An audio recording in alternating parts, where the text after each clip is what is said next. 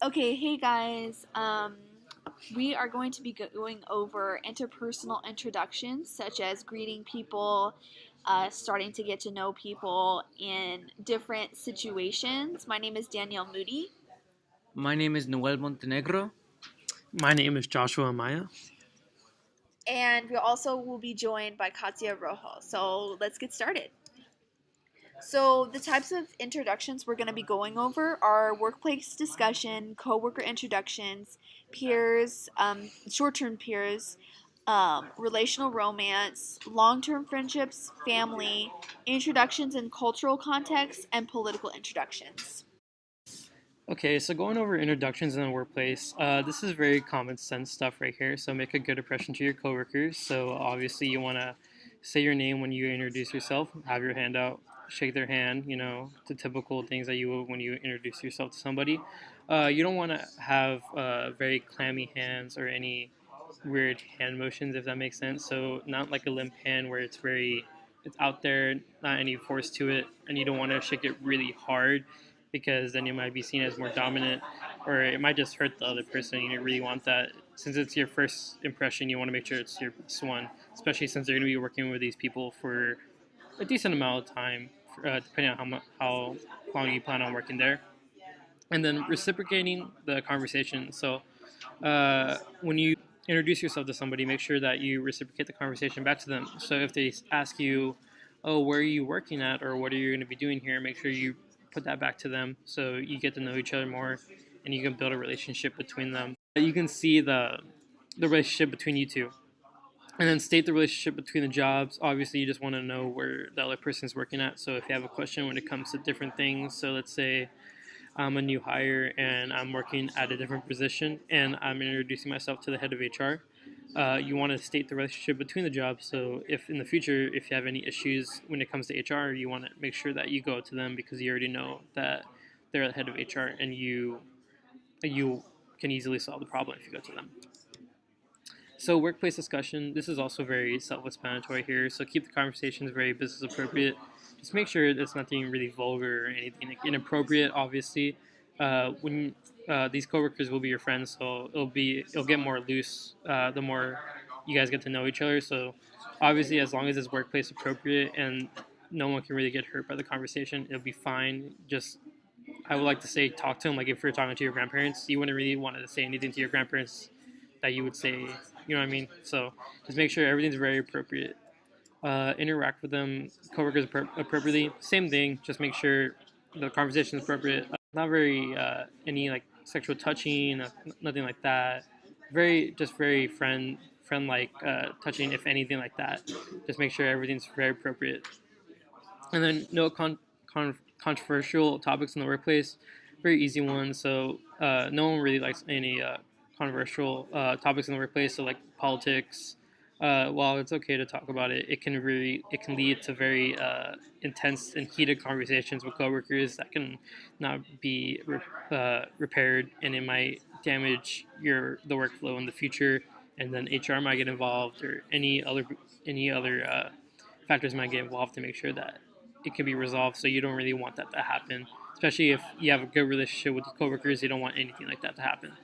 And then maintain appropriate space. Like I said earlier, you don't want anyone to be in your bubble. You want to make sure that you're uh, you're in your own little bubble, and you don't want anyone to be in your bubble. So you don't want to be in their bubble too. So obviously, no sexual touching, nothing like that. As long as everything's very friend-like. So just treat it like if you're with your friends to a certain point, to a certain extent.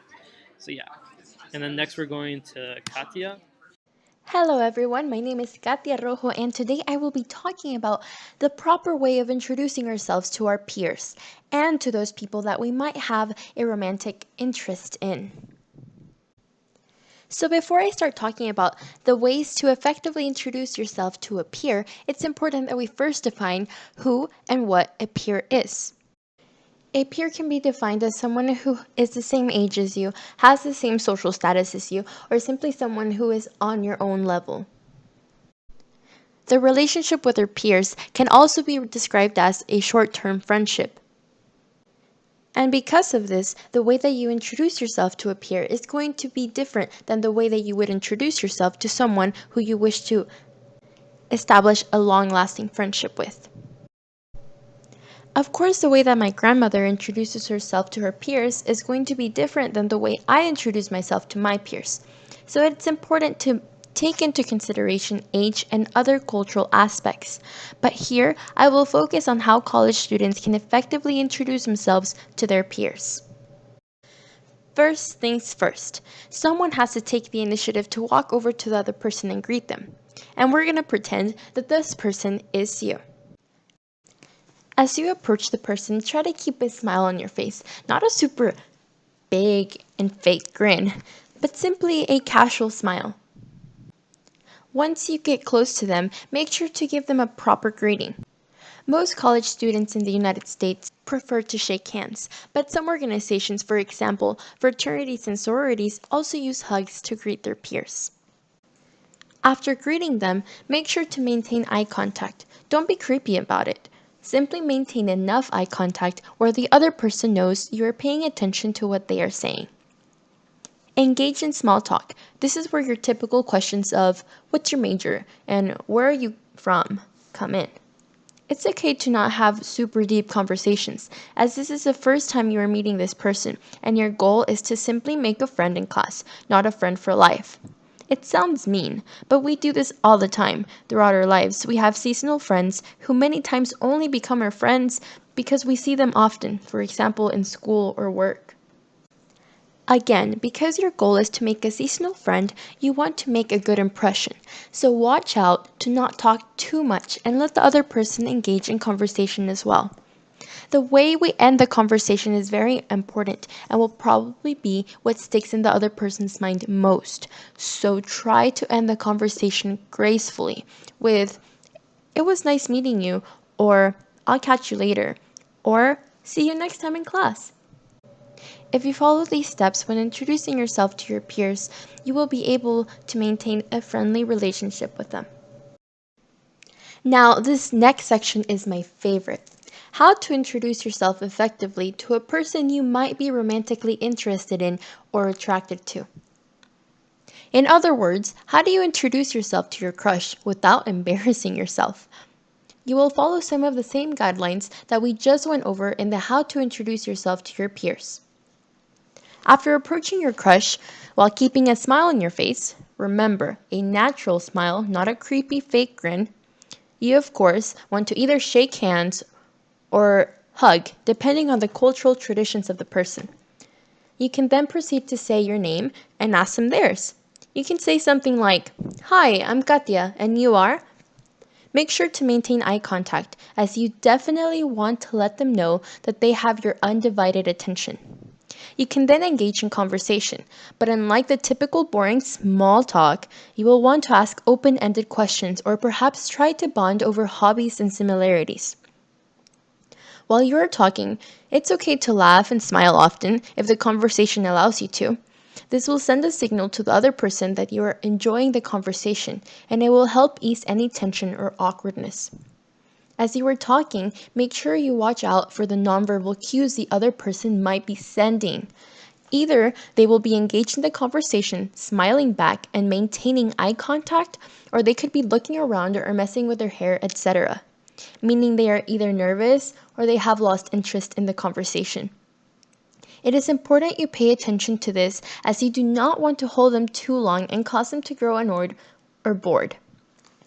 When you feel the conversation is right, go ahead and end the conversation gracefully. Again, as with your peers, but this time thank them for their time and make sure and add a line that suggests that you are hoping to see them again soon. Something like, "It was so nice meeting you. Thanks for talking to me. I hope to see you soon again to continue our conversation."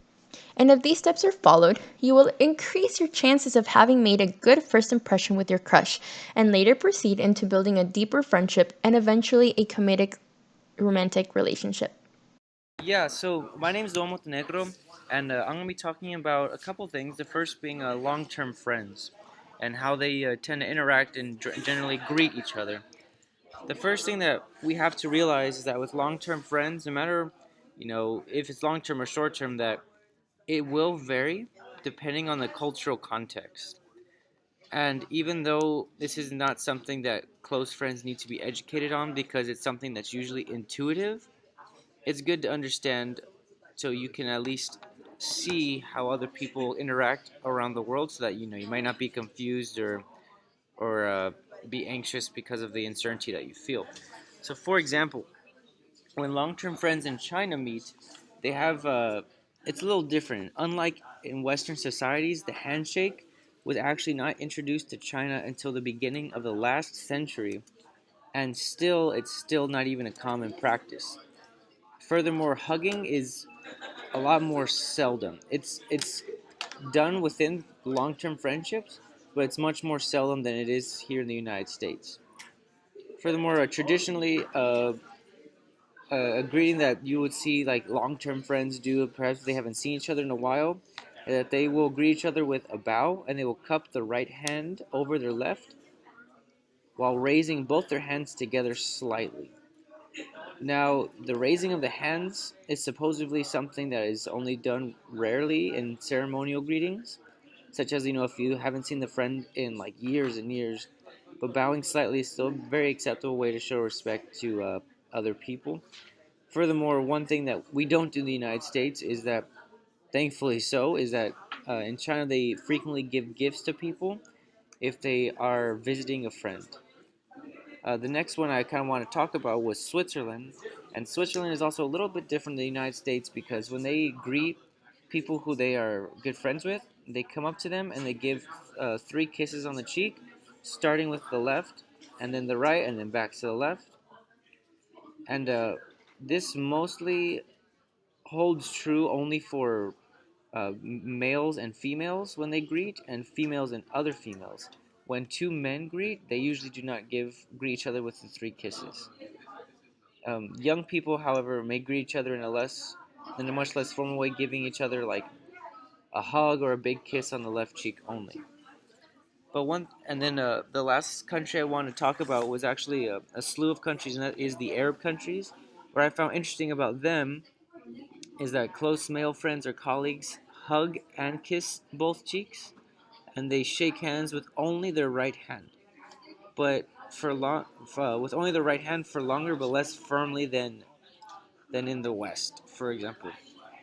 Contact between opposite genders in public is normally considered obscene, so you will not see very much contact, even if the two people are friends between male and female. And normally they do not even offer handshakes with the opposite sex. The biggest takeaway from this is that the biggest difference between short-term friends and long-term friends and how they greet each other is the amount of touch and I guess the intimacy of that touch. Next, I want to talk about family and how they greet each other and generally interact on a day-to-day basis. The first thing that we need to do as a prelude to this is that we need to recognize that the ways families interact with each other during formative years plays a big role later, in that if a family tends to be very haptic, very touchy, then it is much more likely that their children will express the same level of affectionate touch towards each other as they grow older. So with families, it is a little intuitive, but here in the United States, we're only going to cover the United States. Here in the United States, most families offer many hugs, embraces. Depending on your culture, they also offer kisses on the cheeks upon meeting. Uh, and The one thing to kind of keep in mind is that even though almost all families generally happen to have more touch than friends, it does vary by gender depending on whether a father or mother is interacting with a son or daughter. So next I'm going to hand it over to Danielle. Okay, so I was in charge of the cultural speak attributes, cultural context, and political context. So first of all, in Europe, Italians and Spaniards are considered to be more talkative, expressive, passionate, and short-tempered than Swedish and Norwegian peoples. In Asia, Filipinos, Thais, Indians, and Pakistanis are considered to be more talkative, expressive, passionate, and short-tempered than Chinese, Japanese, and Koreans. And Northwest Europeans, especially British, are much less resistant against hinting and circumlocutions used in Japanese daily conversations than Americans are, and some other groups such as South Asians and Latin Americans. The Japanese and British resemble each other in that they both dislike talkativeness or have an inclination to silence and prefer reserved expressions to exaggerated expressions. So that's how they are similar for their cultural speak attributes. So next, I wanted to focus on this experiment I found. It was called the sidewalk experiment. Um, so it was between looking at Japanese and United States citizens and how they interact with each other on if they pass each other on the sidewalk. So they started by saying that approaching pedestrians are comfortable glancing at one another until they reach a separating distance of approximately 8 feet. And at that point, people typically look down, which is a reaction similar to dimming the lights for an approaching car. You know, like you kind of see them and then you react to that. So for the first hypothesis, we said that the Japanese pedestrians will respond with fewer glances, smiles, nods, and greetings than Americans. So they went ahead and did this experiment with Japanese people and with Americans as well. And the result was that there were fewer smiles out of a couple of people. Five smiled. There were 2 nods and 1 greeting by Japanese rather than Americans. So the Americans, interacted more with these people. So the conclusion was that a substantial minority of Americans completed a glance with some combination of a smile, a nod, and a greeting, but few Japanese showed such reactions. So it was just kind of a little aside to what kind of I guess personality we have in the United States and how we greet people that we don't know. Um, I was looking at other cultures and I ran across this tribe of people from Kenya. They're the Yoruba people, and it was really interesting. So their culture in their culture they have respect for their elders and one another, and that's paramount for them. And for example, they greet each other every evening, and it's a sign of respect and of concern for another person. And the Yoruba people greet each other whenever they meet, and the same individuals may exchange greetings several times a day. And it was just saying that they have a lot of respect for one another. When they talk to each other, they bow sometimes. Like as you see on the right hand side, the little boy is on the floor when he greets someone. And then they also had like different cultural get-togethers as well. So anyway, that was important to their culture, and I thought it was something to touch on and how it differs. So next, I'm going to be talking about political introductions. I looked at one article that talked about LBJ. And so, first of all, it said that his hand chief of protocol, Lloyd Nelson Hand, said that there's no rule of protocol except that one tries to follow the traditions and customs of a host country, and no one is forced to follow a custom. It's a matter of style. He also said that bowing is a social and business tradition in Japan and a sign of respect, but no one is forced to follow that custom. It's a matter of style, as I said. Other presidents have bowed, and first ladies and female ambassadors have curtsied in the presence of the queen. And when Nixon met the Emperor of Japan, he bowed in the upper left-hand corner. He did go ahead and do the full bow. That was just the first handshake he did with the Japanese emperor. So yes, bowing is a form of respect in the Japanese tradition. And in addition, according to Henry E. Cato Jr., he was the chief of protocol for Nixon and Ford.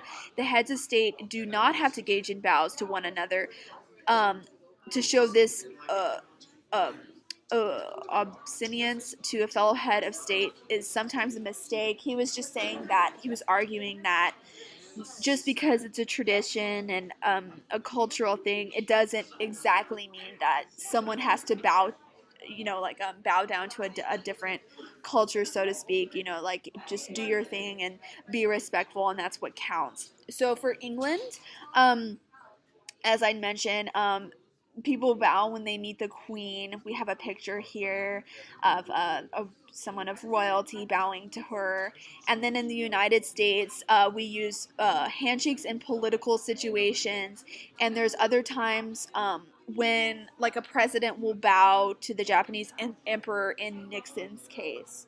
So, in addition, the chief of protocol for Nixon said, and Nixon and Ford said that there's nothing wrong with handshaking, which Nixon did. So Nixon and Obama did, but they were just trying to hedge his bets on being a good political activist in that case. So yeah, I hope y'all enjoyed our presentation, and here are our references that we used for our presentation. Thank you.